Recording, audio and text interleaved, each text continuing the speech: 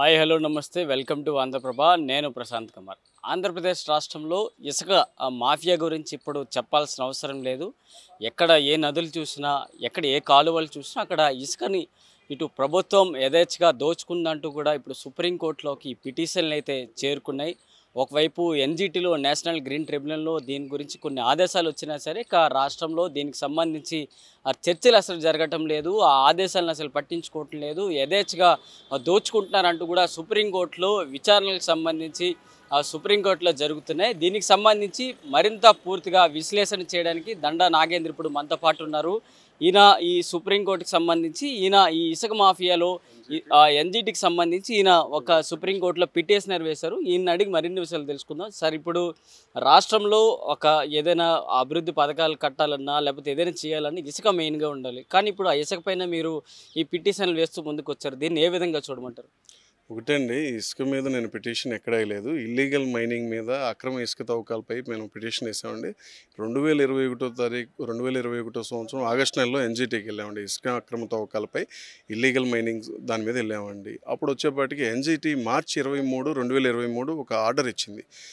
Illegal mining ఉన్న ఈసీలన్నీ cancel చేసేసి fresh EC enrolment clearances తీసుకొని మైనింగ్ కొనసాగించమని చెప్పింది. కానీ మార్చి 23 ఎన్జిటి ఆర్డర్ తర్వాత అదేవిధంగా ఎన్జిటి ఆర్డర్ దాంతోపాటు ఇమీడియట్లీగా 18 కోట్ల రూపాయలు తాత్కాలిక ఫైన్ ఒకటను, అదేవిధంగా అక్రమ మైనింగ్ ఎక్కడెక్కడ కొనసాగించారు, ఒక్కొక్క ఈసీకి ₹1 చొప్పున రాష్ట్రంలో ఎన్ని ఈసీలు తీసుకుంటే అన్ని కోట్లు, సుమారుగా 550 ఈసీలు పైన తీసుకున్నారు. ఒక్కొక్క ఈసీకి ₹1 చొప్పున 550 కోట్లు ఫైన్ చెల్లించమంది.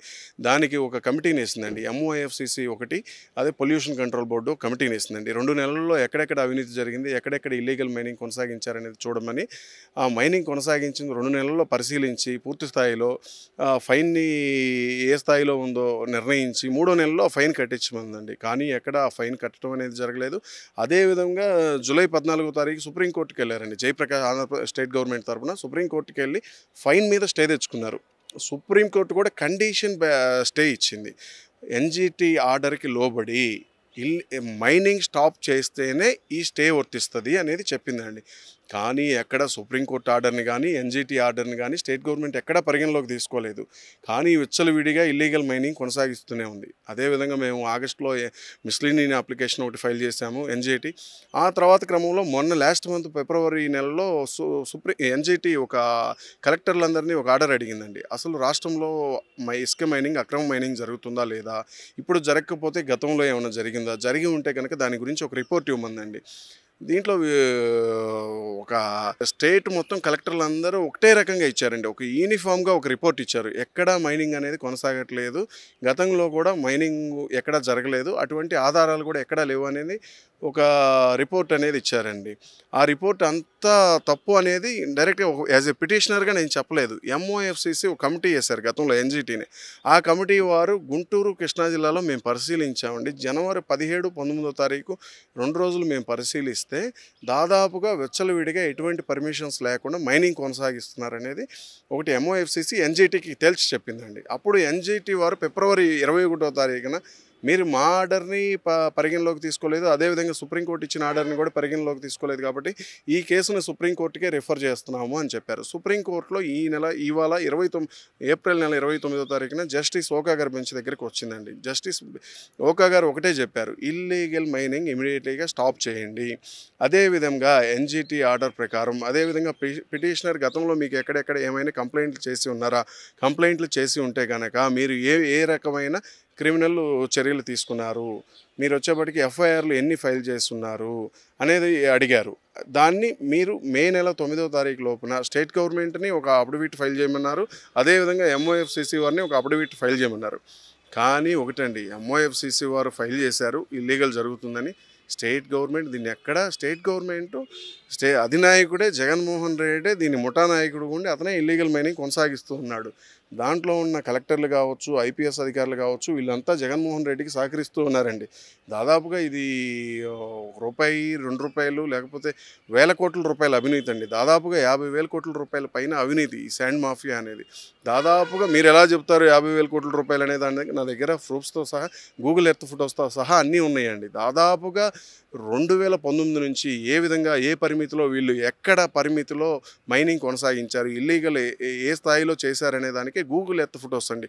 మ్యాన్పులేటెడ్ చేయడానికి నా దగ్గర నేను ఒక కెమెరా తీసుకెళ్ళి తీసిన ఫోటోలు కాదండి. గూగుల్ ఎర్త్ ఫొటోస్ అంటే దాదాపు ప్రపంచం అంతా ఆ ఫొటోస్ ఎక్కడ కూర్చున్నా ఫొటోస్ తీసేయచ్చు. దాన్ని ఎవడూ మార్చలేడు. అది నా స్థాయి కాదు, లేకపోతే ఒక స్టేట్ గవర్నమెంట్ స్థాయి కాదు. ఇవన్నీ ఆధారాలతో సహా నా దగ్గర ఉన్నాయి. దాదాపుగా రేపు వచ్చే మే 10వ తారీఖు మళ్ళీ సుప్రీంకోర్టులో ఉందండి. ఖచ్చితంగా అవినీతికి పాల్పడిన అధికారులు, అవినీతికి సహకరించిన అధికారులు, దీనికి అవినీతి చేసిన జగన్మోహన్ రెడ్డి అవ్వచ్చు, భారతీ రెడ్డి అవ్వచ్చు, లేకపోతే డిఎంజీ వెంకటరెడ్డి అవ్వచ్చు, పెద్దిరెడ్డి రామచంద్రారెడ్డి అవ్వచ్చు, దాదాపుగా వీళ్ళందరూ కటకటాల పాలవుతారండి. వీళ్ళతో పాటు వీళ్ళకి సహకరించిన కలెక్టర్లు అవ్వచ్చు, ఐపీఎస్ అధికారులు అవ్వచ్చు, మైన్స్ అండ్ జియాలజీ ఆఫీసర్లు అవ్వచ్చు, వీళ్ళందరూ కూడా జైలుకి వెళ్తారండి. ఖచ్చితంగా ఆంధ్రప్రదేశ్లో మైనింగ్ కొనసాగుతుంది. ఆంధ్రప్రదేశ్లో ప్రపోనెంట్ ఈసీలు తీసుకోవాలండి మైనింగ్ చేయడానికి. కానీ డిఎంజీ అధికారులు ఆఫీసర్కి వాళ్ళకేం సంబంధం? వాళ్ళు ఏమన్నా ఒక కాంట్రాక్టరా లేకపోతే ఏంటండి? ఇప్పుడు సుప్రీంకోర్టు ఈ ఆదేశాలు జారీ చేసింది మే 9వ తేదీలోగా ఇటు ప్రభుత్వానికి ఎంవీఎఫ్సీసీకి ఇద్దరికి సంబంధించి సబ్మిట్ చేయమంటున్నారు. ఆ డేటా ఒకవేళ వచ్చినట్లయితే ఇప్పుడు రాష్ట్రంలో ఈ మైనింగ్ సంబంధించి ఇంకేమైనా మార్పులు చేర్పులు వచ్చే అవకాశాలు కనిపిస్తున్నాయా? ఖచ్చితంగా మార్పులు అయితే ఎక్కడ జరుగుతాయని నేను అనుకోవట్లేదండి. 2021 నుంచి కోర్టులు చెప్తున్నాయి. ఆ రోజు నుంచి ఈ రోజు వరకు ఎటువంటి చర్యలు తీసుకోలేదు. సేమ్ టైం వాళ్ళనే కాదండి, నేను కూడా సబ్మిట్ చేస్తాను. నా దగ్గర ఉన్న ప్రూఫ్లు చాలా ఉన్నాయి.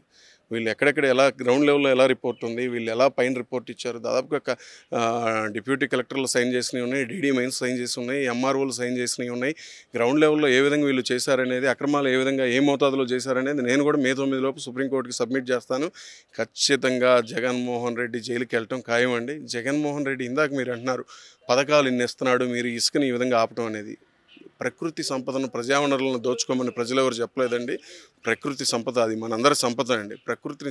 అతను సంపదను సృష్టించాలి. కానీ సంపదను సృష్టించడం కాదండి, ఉన్న సంపదను దోచుకుంటున్నాడండి. ఇతను ఎక్కడా ప్రజాస్వామ్యంలో ప్రజలకు ఎక్కడా ఉపయోగపడట్లా. బటన్ నొక్కుతున్నా అంటున్నాడు. బటన్ ఎక్కడా నొక్కట్లేదండి. అతను నొక్కుంటున్నాడు. అతని బ్యాక్ ఎండ్లోకి అతని ఆస్తుల్ని జమ చేసుకుంటున్నాడు, పెంచుకుంటున్నాడు. లక్షల కోట్లు అవినీతి చేసి లక్షల కోట్ల ప్రజా సంపదను దోచుకొని అతని ఆస్తులు పెంచుకుంటున్నాడు. ఖచ్చితంగా రానున్న రోజుల్లో జగన్మోహన్ రెడ్డి మే 13 తర్వాత జైలు గోడలు లెక్క పెట్టాల్సిందే, జైలు ఊచలు లెక్క పెట్టాల్సిందే. అదేవిధంగా అతను సహకరించిన కలెక్టర్లు అవ్వచ్చు, లేకపోతే కింద స్థాయి అధికారులు ఎవరైనా వీళ్ళందరూ ఖచ్చితంగా జైలు ఊచలు లెక్క పెట్టాల్సిందే. ఖచ్చితంగా ఇవాళ సుప్రీంకోర్టు ఆర్డర్ని చూసైనా రేపటి నుంచి ఇల్లీగల్ మైనింగ్ అనేది ఆపుతారనేది నేననేది అనుకుంటున్నాను. కానీ అది ఆపుతారా లేరా అనేది వేచి చూడాలి. మరి సుప్రీంకోర్టులో ఈరోజు ఎటువంటి వాదనలు జరిగాయి? మేజర్గా ఇప్పుడు ఆంధ్రప్రదేశ్ రాష్ట్రంలో ఈ ఇసుక మైనింగ్ సంబంధించి ఎటువంటి ఆదేశాలు జారీ చేశారు మేజర్గా? సుప్రీంకోర్టు అయితే ఒకటే చెప్పిందండి, చాలా సీరియస్గా తీసుకుంది. చాలా సీరియస్గా ఇల్లీగల్ మైనింగ్ అనేది ఫస్ట్ స్టాప్ చేయమంది. మీరు ఎఫ్ఐఆర్లు ఇప్పటివరకు ఏం కట్టారు, ఏం చర్యలు తీసుకున్నారు, క్రిమినల్ చర్యలు ఏం తీసుకున్నారు ఈ చేసిన వారి మీద, అది మే 10వ తారీఖు మొత్తం దాదాపుగా క్లారిటీగా జడ్జి గారు చెప్తారండి. వీళ్ళు దాదాపుగా గతంలో వచ్చిన ఆర్డర్లే బెస్ట్ ఆర్డర్లు. జగన్మోహన్ రెడ్డి ఒక నిరంకుశ పాలనలో అతను ఒక నిరంకుశ ముఖ్యమంత్రిగా అతను నాకు అడ్డెవరు లేరనుకున్నట్టు అదేవిధంగా దాచుకుంటున్నాడు. ఖచ్చితంగా రేపు రానున్న రోజుల్లో ఆయన జైలు వచ్చులైతే ఖచ్చితంగా లెక్క పెట్టాల్సిందే అండి. ఖచ్చితంగా ప్రజలందరూ ఒకటే మనవి, రానున్న రోజుల్లో ఓటు రూపంలో అతనికి బుద్ధి చెప్పి మన ప్రకృతి సంపదను, ప్రజా వనరులను మనం కాపాడుకోవాలి. రాష్ట్రంలో ఈ ప్రకృతి వనరులు ఏవైతే ఉన్నాయో వాటన్నిటిని ఇప్పుడు ప్రభుత్వంలో ఉన్న వైఎస్ఆర్సీపీ ప్రభుత్వం పూర్తిగా వాటిని నాశనం చేస్తుందంటూ కూడా ఇటు సుప్రీంకోర్టులు ఎన్జిటీలోకి చేరిన పరిస్థితి మనం చూసుకోవాలి. ఇక మే 9వ తేదీలోన ప్రభుత్వం నుంచి అలాగే ఎంవైఎస్సీసీ నుంచి పూర్తిగా నివేదికనైతే సుప్రీంకోర్టు అయితే కోరిన పరిస్థితి చూసుకోవాలి. మే 9వ తేదీలోగా వీరి దగ్గర నుంచి వచ్చిన డేటాను సుప్రీంకోర్టు న్యాయమూర్తి చూసిన తర్వాత రాష్ట్రంలో ఇక ఇసుక మైనింగ్ కావచ్చు, మిగతా అంశాలకు సంబంధించి కూడా పూర్తిగా ఒకదానికి సంబంధించి తీర్పు ఇచ్చే అవకాశాలు అయితే కనిపిస్తున్నాయి. ఇక రాష్ట్రంలో ఎన్నికలు కూడా వస్తున్న తరుణంలో ఈ ఇసుక మైనింగ్ సంబంధించి ఇప్పుడు తెర మీదకి రావటం, దీని గురించి ఈ పిటిషనర్లు ఢిల్లీ వరకు చేరుకుని సుప్రీంకోర్టులో దీనికి సంబంధించి ముఖ్యంగా వాదనలు జరపడం కీలకంగా మారిపోతుంది. 2021 నుంచి ఇప్పటి వరకు కూడా రాష్ట్రంలో ఇసుక గురించి మాట్లాడుతున్నారు. దీని గురించి కూడా సుప్రీంకోర్టులో జరుగుతున్న సంబంధించి ఇక్కడ దానం నాగేందర్కి సంబంధించి ఈయన కూడా పిటిషనర్గా సుప్రీంకోర్టులో వివరణ చేస్తూ కూడా ముందుకెళ్ళిన పరిస్థితి చూసుకోవాలి. ఇక ఎన్నికలు ఉన్నకు సంబంధించిన కూడా మిగతా అంశాలకు సంబంధించి మే 9 తర్వాత మే 10వ తేదీన ఈ ఇసుక మైనింగ్ సంబంధించి పూర్తిగా అప్డేట్స్ వచ్చే అవకాశాలు అయితే కనిపిస్తున్నాయి. వీడియో జర్నలిస్ట్ కృష్ణతో ప్రశాంత్, ఆంధ్రప్రభ, న్యూఢిల్లీ.